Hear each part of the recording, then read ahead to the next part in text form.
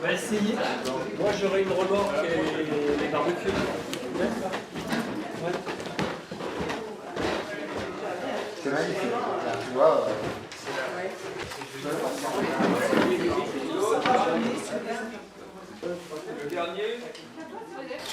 Le comité de pilotage, pour moi, ça a été l'illustration ou la concrétisation de l'esprit ou des choix du mouvement d'associer les plus pauvres, d'associer les militants aux orientations du mouvement, à la gestion en quelque sorte du groupe local.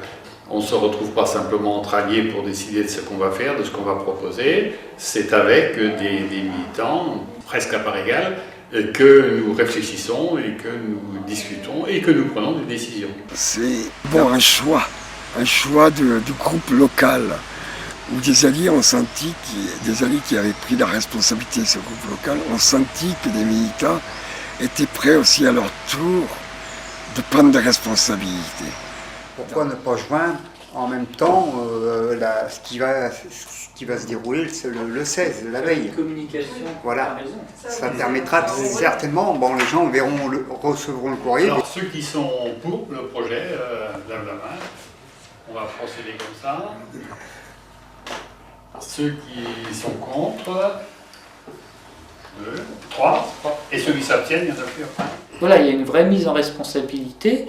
Et en même temps, ce qui est intéressant, c'est que le militant, lui, va apporter à la fois sa connaissance de la précarité et va nous aider à réfléchir, est-ce que les plus pauvres y gagnent quelque chose et est-ce que c'est la priorité pour eux, parce qu'il a une autre connaissance et des personnes et de la réalité que nous.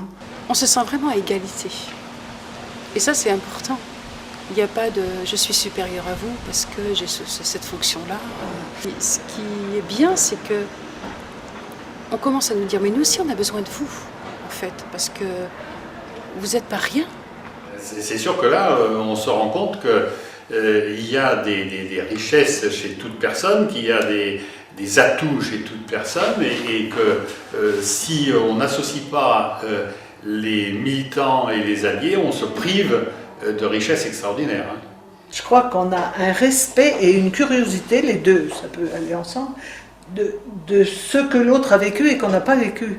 L'apport des militants dans le comité de pilotage Atelier Carmonde à Angers a fait énormément de bien à l'engagement des uns et des autres. On a appris les uns et les autres à partager nos savoirs. Et ça n'a pas été facile, mais on a appris dans le respect. Parce qu'on a appris d'abord à se connaître avant tout et à s'accepter tel qu'on était. Je pense à un homme particulier qui était un militant Carmonde, Guy, qui nous a quittés il n'y a pas si longtemps, qui est décédé, mais qui a énormément apporté au mouvement sur Angers. Cet homme, il buvait avant de participer aux réunions. C'est-à-dire, même pendant les réunions, c'était un homme qui avait toujours, pour pouvoir parler, il fallait qu'il boive. Mais on savait qu'il avait bu dans ces réunions. Et c'était très dur pour les uns et les autres d'écouter cet homme qui avait bu. Mais quand même, on a voulu se mettre à l'écoute. Ça a été très dur, très dur, parce qu'on n'accepte pas un homme qui boit. Mais cet homme, parce qu'il avait bu, il osait dire ce qu'il pensait. Il n'avait plus honte. Et cet homme, vers la fin, aux réunions, il ne buvait plus. Il venait sans boire. Il avait beaucoup de mal à parler. Mais on s'est mis à sa portée. Et ça a changé le groupe. Ce regard nous a permis aux uns et aux autres à changer.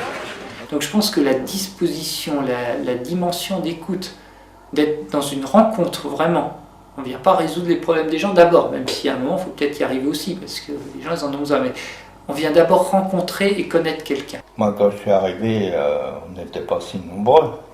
Hein. Et je trouve les gens qu'il y a maintenant, chaque personne donne son avis. Ça, c'est important aussi.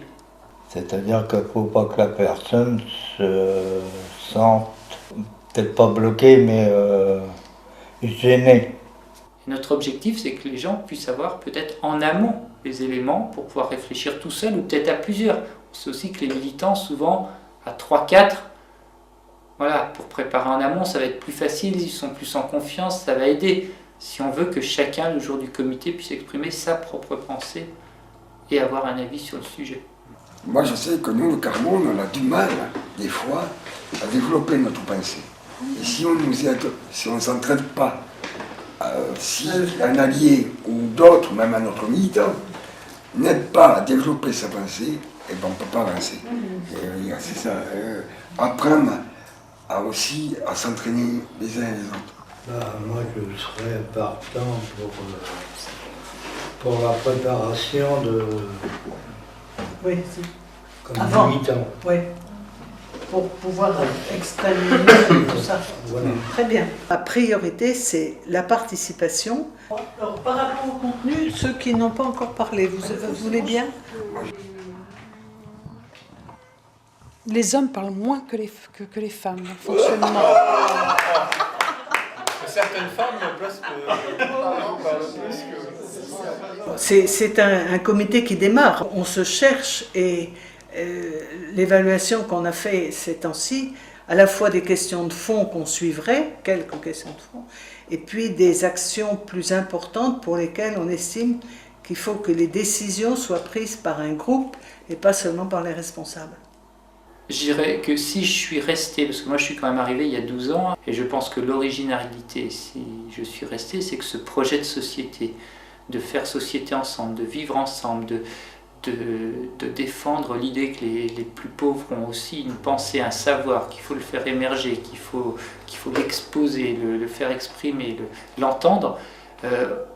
J'ai vraiment vu que tout était mis en œuvre. Alors ça réussit ou pas avec maladresse ou pas, mais tout était mis en œuvre pour le vivre concrètement à l'intérieur du mouvement, et qu'il y avait cette honnêteté, cette adéquation entre une pensée et une action. La formation permanente qui découle des réunions, ça n'est pas l'objectif, mais je me demande si ça n'est pas la conséquence la plus profonde que je lis dans les personnes qui composent ce comité après quelques années. Au niveau des 3 lettres ATD, changement du sens des lettres ATD, le mouvement international d'ATD Carmonde, dans un souci d'unité du nom du mouvement, a cherché un sens aux lettres ATD qui puisse être commun à plusieurs langues. D'où la proposition agir tous pour la dignité. Je suis persuadé que si les plus pauvres se retrouvaient dans les différents rouages de la société, les choses évolueraient certainement différemment.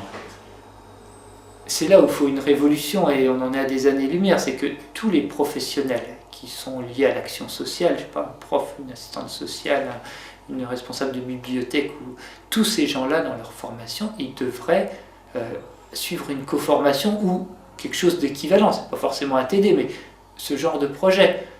Mais c'est possible si les travailleurs, les professionnels ou les universitaires ont cette chance que moi j'ai eue de vivre avec les personnes des choses. Parce que tous ceux qui le vivent, voilà, ça change leur pratique professionnelle ou leur regard. Donc voilà, c'est possible.